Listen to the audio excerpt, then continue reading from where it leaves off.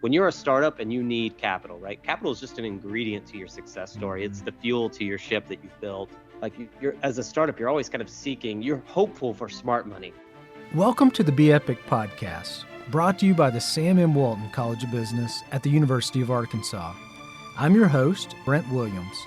Together, we'll explore the dynamic landscape of business and uncover the strategies, insights, and stories that drive business today. Well, today I'm fortunate to have with me two guests. I have Josh Stanley, who is CEO of Cartwheel Studios, and I also have Fahad Siddiqui, who is Principal and Senior Vice President at SSI.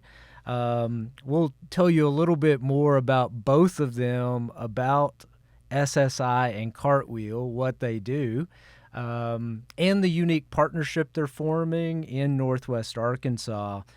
But maybe before I do that, let me ask each of you to tell us just a little bit about you and your background. Josh, I'll start with you. Fahad, come to you next. And then Josh, we'll kind of come back and talk about Cartwheel. Okay, sure, yeah. My background, I would say professionally, I came up in product management and project management. I've kind of run teams on both sides of that kind of technology facilitation role, and got into entrepreneurship after spending years at 1-800-CONTACTS, which is in the contact lens business, and then backcountry.com, and then ultimately Zappos. So I spent basically 12 years in e-commerce doing those roles, and then took the leap of faith that a lot, or I shouldn't say a lot, but some corporate people take into entrepreneurship. Did that after kind of fighting through this, like, how am I going to become an entrepreneur? I went through a period of feeling like I needed the perfect idea. And then I ultimately landed on this concept of like, no, I should just do what I'm good at. Like I could do that as a consultant, as a contractor. And that's how I started, and then kind of eventually ended up working with some friends to build an agency out of Las Vegas that served product development. So we were a product development agency that did software development, but kind of holistically covered the spectrum of product management, design, and software development, so that we could, in isolation, kind of go off and build a product for a client, for the Fortune 500 clients that we worked with. And then I'll include how I got to Northwest Arkansas, because that's at the heart of, I think, a lot of what we want to talk about today. And that's, in that running that agency for about 2 years and growing that to a couple $1 million in revenue, we got acquired by a larger agency out of Northwest Arkansas called RevUnit, which I think many in the region know. But just a larger software development firm or product development firm, and ended up running that for about 2 years, and then exited that, or helped RevUnit go through a private equity transaction in 2019. But so I've co-founded, I think, 6 companies now. I'm kind of skipping over some of the details of how those happened, but and then we've been through a few exits as well. So it's been a fun journey, and now based in basically Bentonville. I live in Little Flock, just outside of Bentonville, but our office is in Bentonville. All right, wonderful. Well, Fahad, how about a little bit about your background?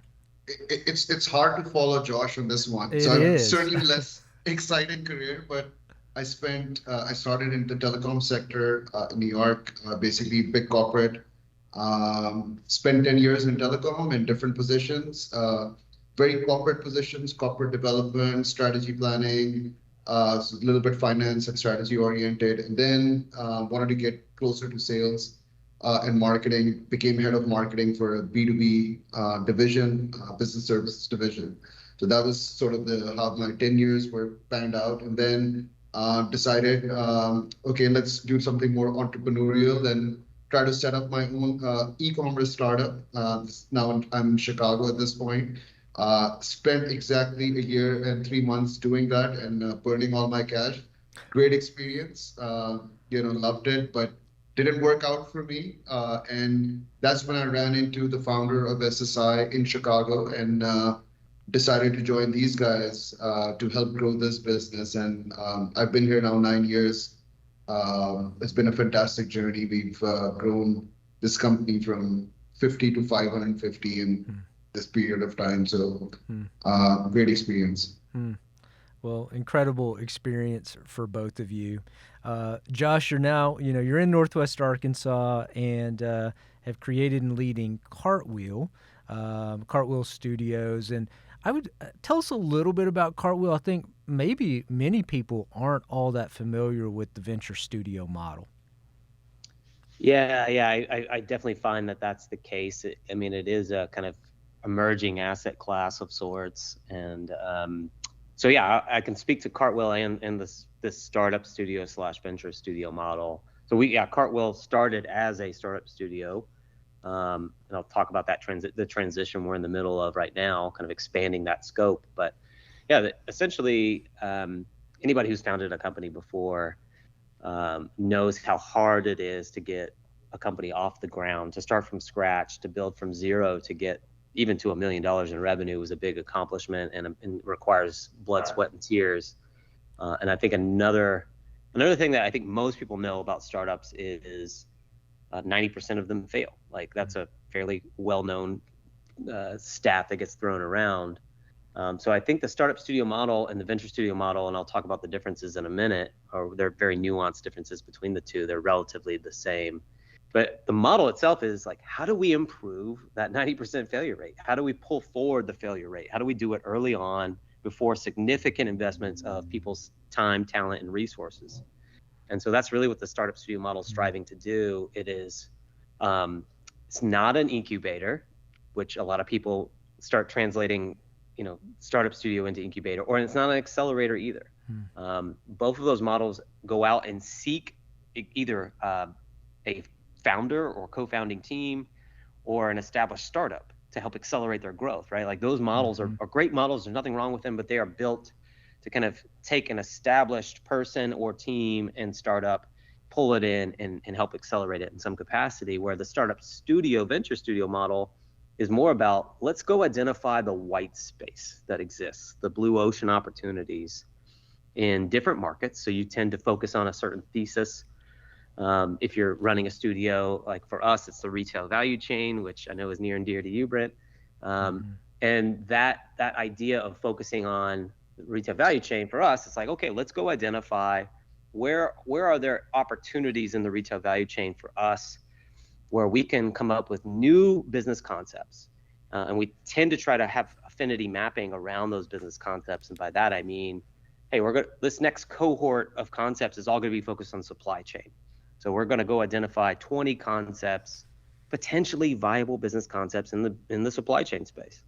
Then we'll vet that, we'll validate, we'll do business subject matter expert or operator or corporate interviews, where we're helping to identify assumptions that we've made about those concepts. Like, what are the most critical assumptions we have about that concept that we have the least amount of confidence in? And so we'll go out into the market, we'll do market analysis, competitive analysis, and interviews that allow us to kind of validate and vet what assumptions might be true and what assumptions are clearly false. So with that in mind, we actually start with a large number of concepts and then winnow down to, say, 2 to 3 concepts by the end that we can feel are viable businesses that have been vetted and validated, that allow us to then hopefully find a co-founder. So we go out into the market and seek to identify an individual who has a unique advantage in that business concept, and we attach them to that concept to go over the last kind of stage gate to forming and funding a company.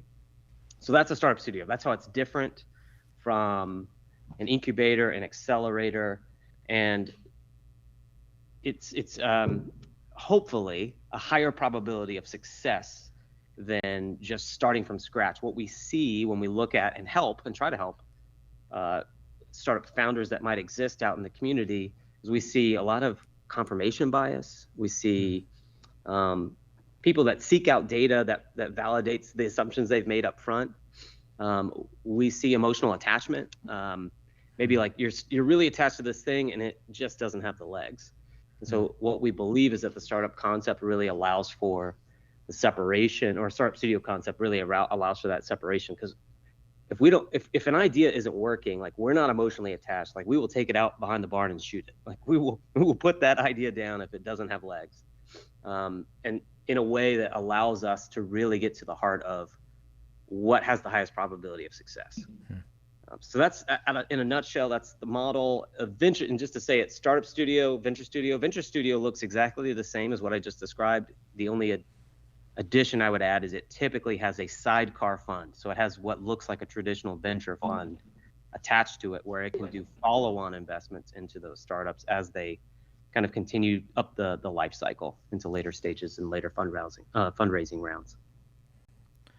Totally makes sense. And Fahad, you and SSI have gotten engaged. I think maybe was the initial partnership around the Pocket Factory product.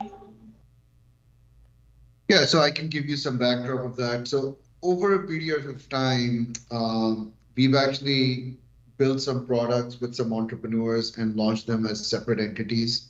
And Pocket Factory is one of those products, which is a industrial Internet of Things, industrial IoT platform focused on the bottling sector. So think, bottling like Coca-Cola, Pepsi, Heineken, whoever maybe. So the platform is applied to the manufacturing facilities, collects data, and gives them predictive maintenance, and gives them a health check on their manufacturing facilities.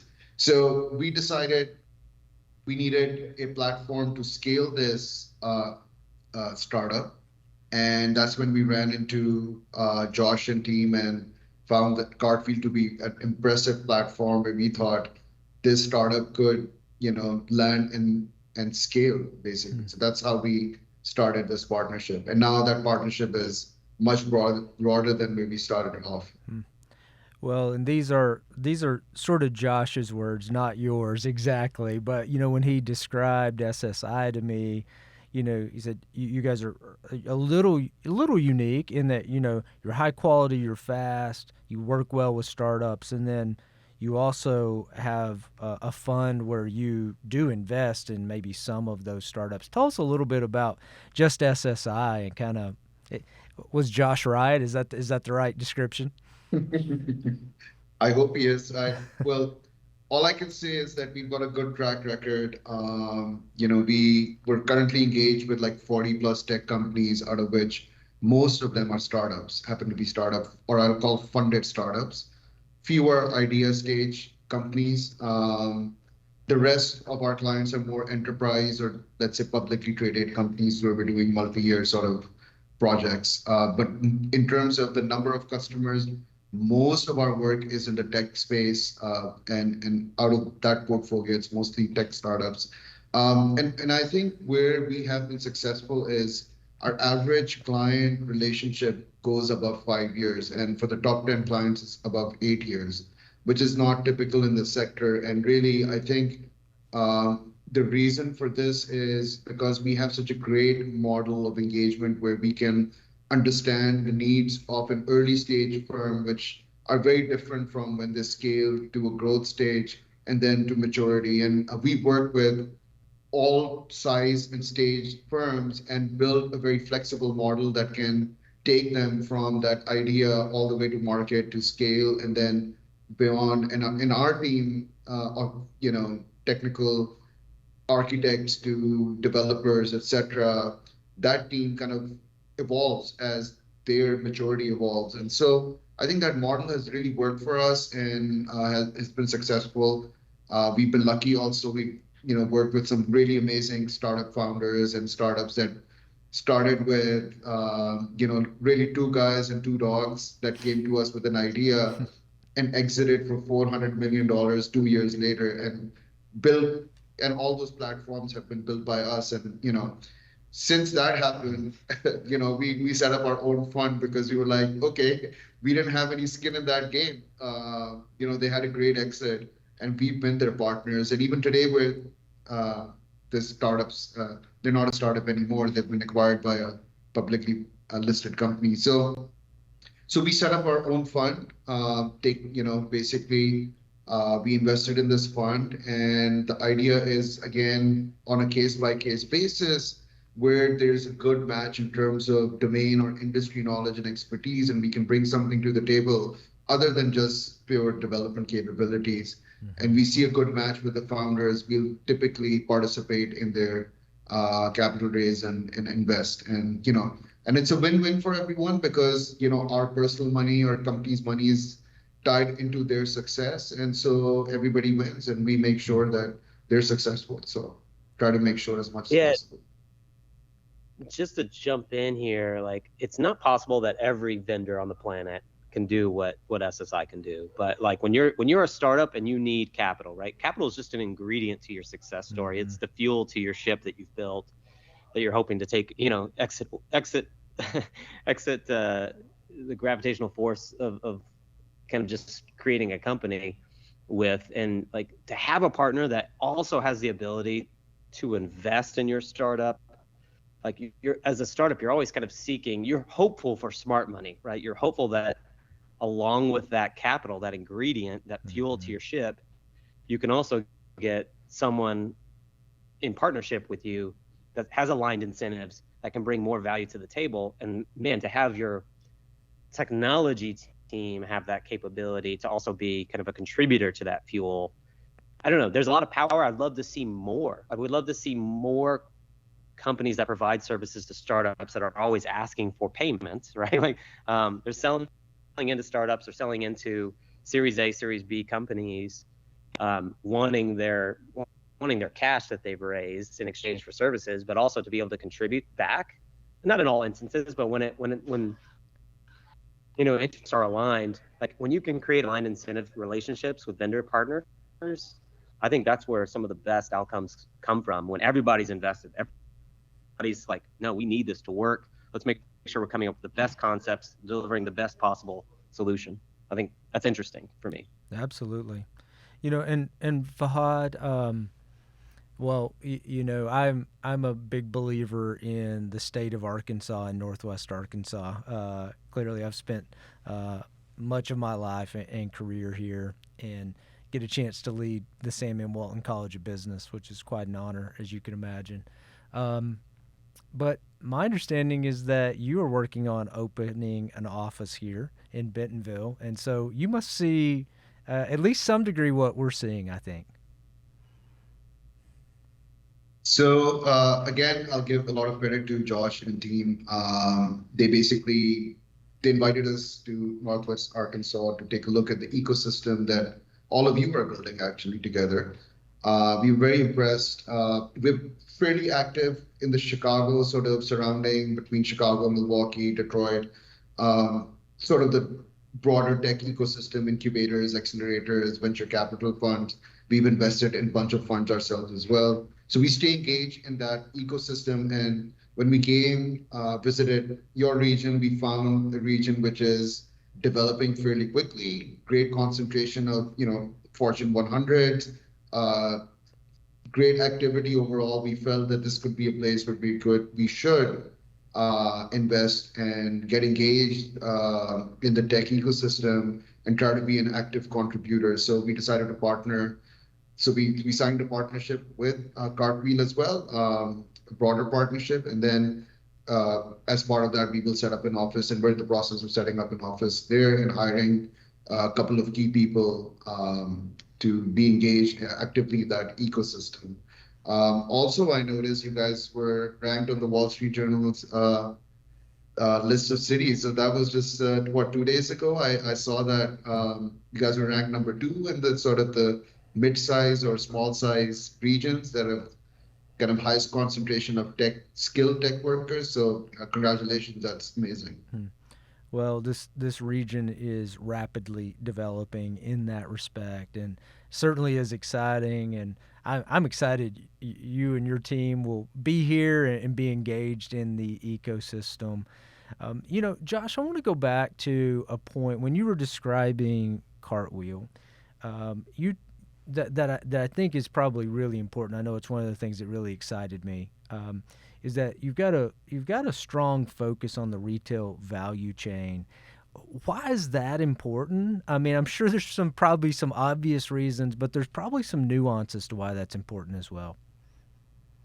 Yeah. I mean, I think this as well as anybody else in the region that We've got tremendous activity in the ecosystem. We got tremendous contributors in the kind of entrepreneurial support organization network here.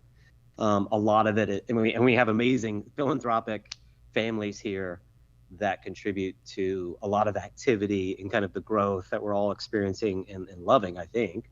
But you have the investments that have been made in health tech and healthcare, which I think need to continue to be made. We have investments in, I would call it air mobility or mobility, and like the Up Summit that has taken place here. We've had investments in outdoor rec, obviously GORP that runs, out of your programming at the university, that really is meant to be an incubator to outdoor rec companies and startups. So we have these kind of interesting capabilities being established and built here. But when you take a step back and you say, well, there's a lot of activity in a lot of different places. Not all of those activities are built around established capabilities, like true mature capabilities. And by that, I mean, think advanced subject matter experts, people that have a depth of knowledge in a particular area. We don't have the concentration of that in healthcare yet, or health tech or biotech. We don't have the concentration of that yet in air mobility. There's a lot of great work happening with drones and all these different areas, but it's just not mature and established. But when you look at the retail value chain, when you ask yourself, what do we have a unique advantage in, an unfair advantage in, which I think from a startup perspective is critical to assess. And then where do we have a depth of subject matter expertise? Where do we have established, anchored kind of incumbents that are industry leaders? Man, it's retail value chain all day. We have Walmart, we have Sam's Club. Yes, that's what this region I think is most known for, as being the headquarters to those major, retail Fortune 1 companies or Fortune 1 company. But we have Tyson Foods, we have Simmons, we have George's, we have J.B. Hunt, we have ArcBest, and the list goes on. Like, we never include the other billion-dollar companies that are here in this region that are all really ultimately connected through the retail value chain, from getting a product created to getting it into the hands of a consumer. So that to us, and actually, before I do, I'm going to give credit where credit's due. And we have a university that has a top-ranked supply chain school in the country, if not the world. So, we have this great mix of emerging talent, established capabilities, deep domain knowledge, talent. Like, how do we take this amazing combination of resources and global reach, really, with the companies we have here, and leverage it into emerging companies? Like, how do we take emerging technology and combine it with subject matter expertise to disrupt the industries that are aligned with the retail value chain? Like, we can, out of this region, build startups that are the next Walmart, Sam's Club, build startups that are the next J.B. Hunt and Tyson. Like, we can build those kinds of technology companies here. And it's going to be because we have an amazing university program that produces young talent focused in those areas. It's going to be because we have amazing anchor corporates in this region that attract that kind of talent. And it's going to be because we have an amazing ecosystem and the right kind of support from different angles that allow us to create new businesses and help them thrive here. So there's more work to be done. It's not perfect. There are gaps in our ecosystem, but yeah, when we took a step back and just asked ourselves, where do we have a right to win? It's like, it's retail value chain all day. Like, and if we're not building companies in that space, it's shame on us. This is kind of how we feel. Like, if we're not willing to partner with you and your team and the university programming and corporates here and kind of all work together to help build new tech companies in that space, we're missing out on being the kind of global leaders in the future. Like, the leadership we have today is as fleeting as anything. Like the S&P 500, there's this stat we always point to of like the average lifespan of a company in the S&P 500. If you go back to the 1960s, it was some 60 some odd years that the average lifespan of a company existed in the S&P 500 had been around. You go to today and the average lifespan is 15 years. So what that tells you is that more early stage companies are taking over in the S&P 500. That, incumbents have been disrupted by challengers, and that is a continued pattern. The lifespan is shrinking. We're going to see more of that. So we need to be building those companies. We need to have a shot at continuing to be the leader in that space for the next 10, 20, 30, 40, 50 years and beyond. Like that's the kind of vision we need to start taking as we look at what's possible in Northwest Arkansas. That's my rant for the day. Couldn't agree more, and probably could not have said it better. And it is exciting to be here at this time because, I do believe that all the ingredients are here for, the next wave of innovative companies to be built right here that will impact the retail value chain for many, many decades to come. And I think both of you are important pieces of those ingredients. So Fahad, looking forward to getting to see you more as you're in Northwest Arkansas more, and excited that SSI is joining our region. And Josh, really excited about what you are doing at Cartwheel, and excited about the startup studio model. I want to say, both of you, thank you for partnering with the Walton College of Business, and thanks for being willing to join today. My pleasure. Yeah, appreciate you. Thank you for having us on. Thank you for being so supportive of all the programs. And I would feel maybe remiss if I didn't at least bring up, hey, we've got Bounds Accelerator, and I don't know when this podcast is going to go live, but I'm going to do it anyway. So we're working with Cartwheel's working with the University of Arkansas, and really your team on Bounds Accelerator, which is launching in January. So if this happens to get out before November 3rd, we are still accepting applications, and these are this is for traction, or startups that have traction, that have some revenue, post-revenue, in the emerging tech space applied to retail value chain. So if anything you're doing in the startup space has any application to the retail value chain, please apply to the Bounds Accelerator. You can reach it at bounds.cartwheel.studio. And again, that's in partnership with the University of Arkansas and many corporate sponsors, along with Han Ventures, Coinbase, and AI Foundation. So we're bringing a great collection of established emerging tech companies in alongside the established retail value chain companies, and in partnership with the university. I think it's going to be a great program. Excited about it.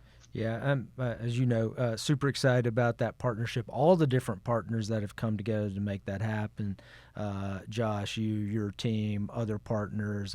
From our standpoint, have to mention Sarah Goforth, who leads our Office of Entrepreneurship and Innovation. That's really been the key driver from the University of Arkansas side in this effort, and many more to build this ecosystem. So excited about the partnership. Thank you both for being here today. Thank you for having me. Thank you. On behalf of the Walton College, thank you for joining us for this captivating conversation.